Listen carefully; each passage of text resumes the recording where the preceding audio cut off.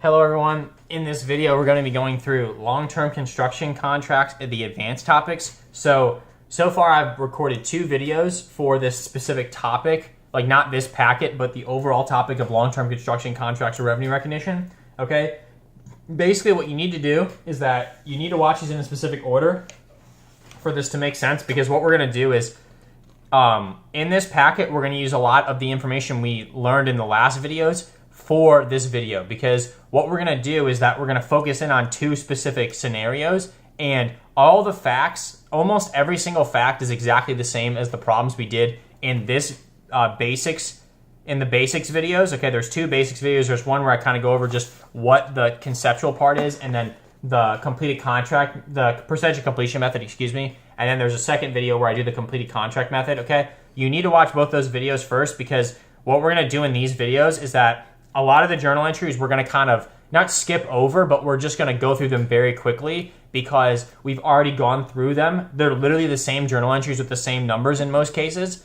It's just a couple times the numbers change, but other than that, it's the same journal entry with the same debit and credit. Okay, so we're not going to spend a ton of time on those. What we're going to spend time on is the differences between what we've done before, where we were in an overall profit situation for every single year. We never had a loss at all. We always had a profit every single year, to where now we're going to have a loss. Okay, and there's 2 different potential situations where we have a loss. Okay, so again, make sure you've watched those videos so you can have the efficiency for this video.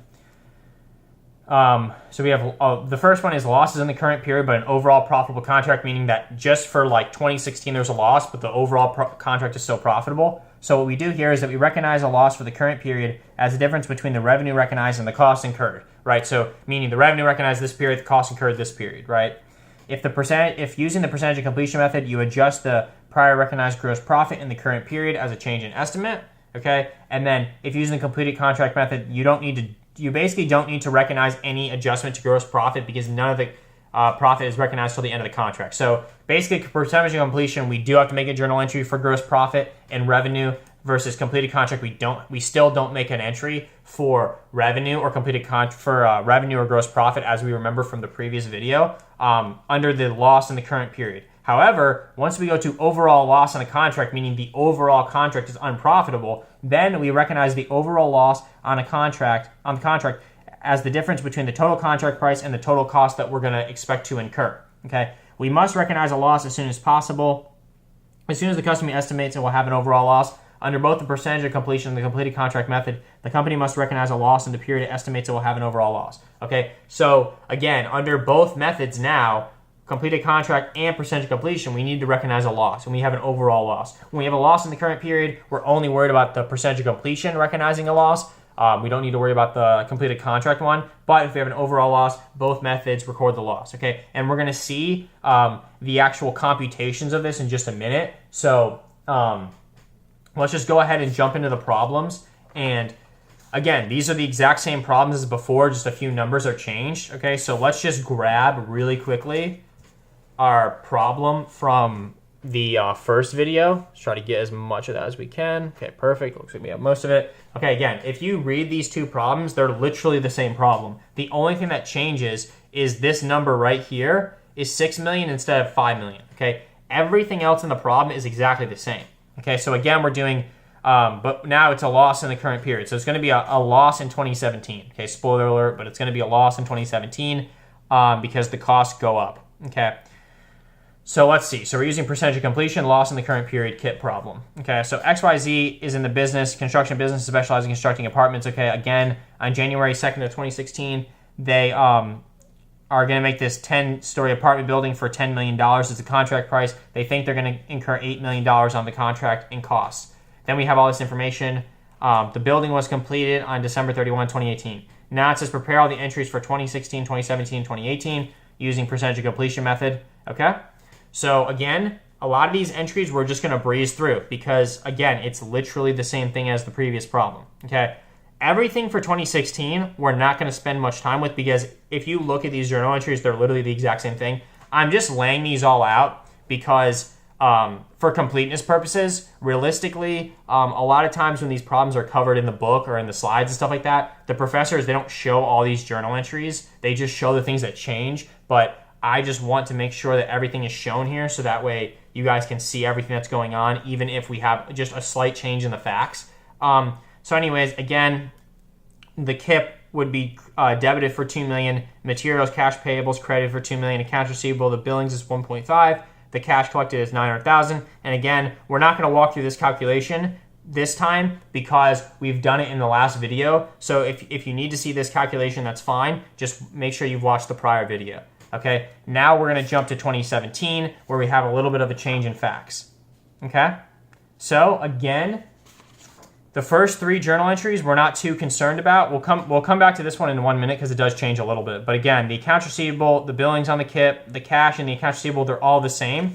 Okay, that's just coming from progress billings is 4 million, cash collected is 6 million. Okay, the difference between the prior example and this example is here and here. Okay, so we'll go over those now. Okay, so now it says we debit KIP for 4 million, materials, cash, payables, 4 million. How do we get that? Well, if we've incurred 6 million to date, and as of the end of 2017, and as of the end of 2016, we'd incurred 2 million. That means in 2017 we must have incurred $4 million of costs, right? To get to 6 million from 2 million, we must have incurred an additional 4 million in costs. Okay, so that would be where the 4 million comes from. Okay, now we need to do this calculation. To do that, we have our spreadsheet. Okay, so we have 2016, which is exactly the same as the previous year. Okay, or sorry, is exactly the same as the previous problem where we just have the basic method of doing the percentage of completion where we have an overall profit. Now 2017 changes. Okay, these are the same facts as repeated from here. So let's just look at them. Cost to date is 6 million. Estimated cost to complete is 3.5. Okay, so that means that a total cost to complete is 9.5 million, right? Because 6 plus 3.5 is 9.5 million. Okay, so let's get our percent complete. Well, we'll do 6 million, we'll divide by 9.5 million. We get 63% complete, which is rounded, okay? That means that we can recognize $6,315,789 because we'll take 63% of 10 million. Again, we recognize 2.5 million in the prior period. That allows us to recognize about 3.8 million in the current period, okay? But we incur 400,000 of expense, right? Again, in the problem, it's telling us we incur 4 million of expense in 2017. Okay, but we can only recognize 3.8 million of revenue. That means we have a loss, right? We have a loss in the current period. However, we have an overall profitable contract. Okay, that's something I should have mentioned at the beginning. Okay, what we want to do with these problems, every single year when we have these updates to our total costs, we want to determine if we're in an overall loss or an overall gain situation, okay, because that affects our accounting, okay, and we'll see why in just a few minutes. But again, remember, every single year, what you want to do is you want to determine what is my contract price and then what is my most recent estimate of my overall costs, and then am I in an overall loss or overall profit situation, because that's going to affect our accounting drastically, okay. You won't know if you're in a loss in the current period scenario until you've kind of done all this math out, because there's just no other way of knowing. But for knowing overall profit or overall loss, you would know that. It's very easy to determine. You just determine what is my most recent estimate of my total cost, what's my most recent estimate of my total revenue, which doesn't change. The revenue doesn't change, just the contract price. Okay, you do the difference, and then if it's, in this case, it would be $500,000 of gross profit overall, right? Because it would be 9.5 million of expense and 10 million of revenue, okay? So we're still in a situation where we have an overall profit, but we have a loss in the current year, okay? So again, we've done all these journal entries. Now we have to do our last one. Again, as I said in the previous video, this construction expense is always just going to be equal to the amount of cash, materials, payables that you pay out during the current year, except for in one case. This is not the case, so it still holds true here. The case is going to be when we have an overall loss on the contract, which is going to be covered later. Okay, but for this specific one, we're just going to do the 4 million still. We always just use that because that's the amount that we actually pay.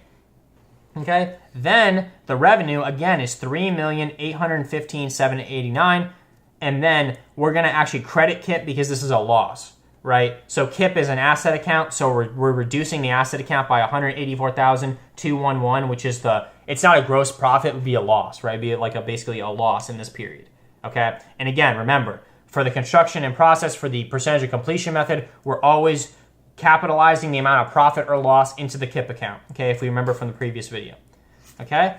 Now we're going to take a quick look at the last year, Okay, again, all these journal entries up here are relatively straightforward. The 3.5 million comes from the difference between 9.5 and 6 million. The 4.5 is right there. The 3.1 is right there. Now we just have to make these journal entries here. Okay, so our total estimate of cost was 9.5. That's what we actually incurred. We have nothing to incur left because, again, we're done with the project as of the end of 2018. Okay, so now we've done 100% of the work, so we can recognize 100% of the revenue. Now we're allowed to recognize 10 million of revenue. We've recognized 6,315,789 in the previous periods, which allows us to recognize about 3.6 million during the current period. Okay, again, our construction expenses were 3.5 million this period, right? They were 3.5 million, the difference between 9.5 and 6 million. That gives us gross profit of this period of 184,211. Okay, so we just make our journal entry. Again, the revenue, 3.684 million. Construction expenses, again, is the same as above, and then the KIP is the plug. Okay, and then remember, we have to make this final journal entry here to remove our billings on KIP and then the KIP account. Okay, as we did in the initial example, remember we have to remove billings on KIP and KIP for the full contract price under the percentage of completion method. Okay, remember, percentage of completion method, the KIP account goes up to the full contract price, but under the completed contract method, the KIP account only includes all the costs, right? So we'll see it in a minute, but the KIP account should only have 9.5 million when we do the same problem for completed contract because, again, we're not putting the gross profit into the KIP account, right? Here we did, right? Here, if we look at the bottom, we would have done a total of $500,000 of gross profit into KIP over the life of the contract, which we did. We saw the journal entries, okay? So that means that KIP would have a balance of 9.5 plus 0.5 million, 10 million, okay?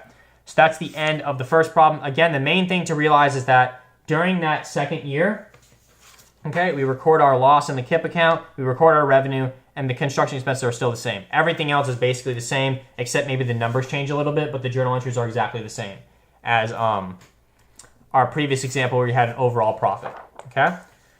So now, just give me 1 second. There's a lot of papers here. I'm trying to just make sure we have everything that we need.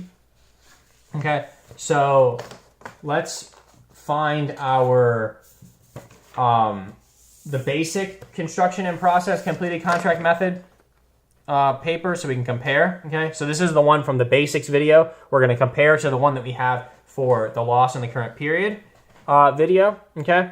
So basically, again, we have all these same facts. We're not going to go through these facts again just because we've read them a lot of times now. But basically, it says prepare the entries for 2016, 2017, 2018 for completed contract method. Okay? And again, these facts are literally the same as before. The only thing that changed is that this $6 million, it's $6 million instead of $5 million now. Everything else is exactly the same. Still $10 million contract price, still estimate of $8 million at the beginning. So if you look at these journal entries, we have the exact same journal entries as the basic method, and the reason for that is because, again, the facts for 2016 do not change. So we don't need to spend too much time there. That one's relatively straightforward. Okay, then if we flip the page, we will see that our journal entries are exactly the same. The only thing that changes is the amount that is debited to KIP and credited to materials cash payables. Why is that? Well, again, in this problem, we incur $6 million by the end of 2017. We've incurred $2 million by the end of 2016. That means we must have incurred $4 million during 2017, as opposed to before we only incurred $3 million in the previous problem, right? Because that was the facts that they gave us. But again, the $4 million is coming from progress billings right there. $6 million goes to there for collecting accounts receivables. Okay. So now, and again, the other thing to remember, this is the important thing, right? Before we move to the next year.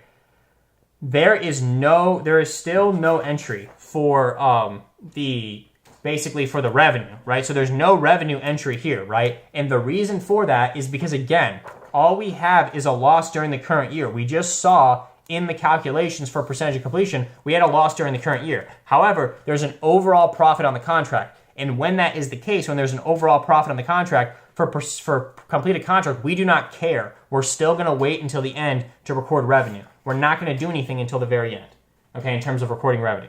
So that would be 2017, okay? So now let's look at 2018. Okay, again, our journal entries are exactly the same. For these, we're not going to worry about these too much. What we're going to focus in is on the bottom, okay? So now our cost of construction went up to 9.5. and we take off the KIP at 9.5, again, the KIP account only houses the construction costs for completed contract method. Okay, we don't put the actual gross profits that we're recognizing in the KIP account for the completed contract method. Okay, so it would just have a balance of 9.5, right? Because we would have debited it for 9.5 million over the course of its life. Then we need to record the expenses, which are our cost of construction. We haven't recorded those yet. Finally, we're going to remove the billings on KIP account at 10 million and record the revenue at 10 million. Okay? Again, the billings on KIP would still have a 10 million balance because it would be 1.5 plus 4 plus 4.5. Okay? So basically, the main things to remember from this first example, okay, are the one we just did, right, is the completed contract. We don't recognize anything if we have a loss in the current period. We don't recognize anything during that current period from the standpoint of revenue recognition, okay? We still don't do it. If we have an overall loss, then we do it. But here we have a loss in the current period. We're not worried about recognizing revenue until the very end for the completed contract method, okay? Flip back to the other example that we had, okay, which was the one where we had a loss in the current period and it was percentage of completion. Okay, this is the journal entry. Sorry, there's a lot of papers here, excuse me. This is the journal entry we made in 2017. Okay, we recorded the loss in that year. Okay, so remember, for percentage completion, we need to record that loss. Completed contract, we don't need to do anything more in terms of recording revenue during the year when the loss occurs. We just need to record the revenue at the end. Okay, so now we're going to go into one final problem. And what we're going to do is that we have one final problem here, which is an overall loss. I'm just going to reset everything here. And then because of the fact that this video is getting a little bit long and I want to just get a little bit more organized, we're just going to do this in one separate video so we can go through this. This should only take us probably like 5 to 10 minutes at this point because we've gone through everything else and we're just going to breeze through a lot of these journal entries because they're exactly the same. So that is the end of this specific video, but there will be a second half of the video for the second half of this packet.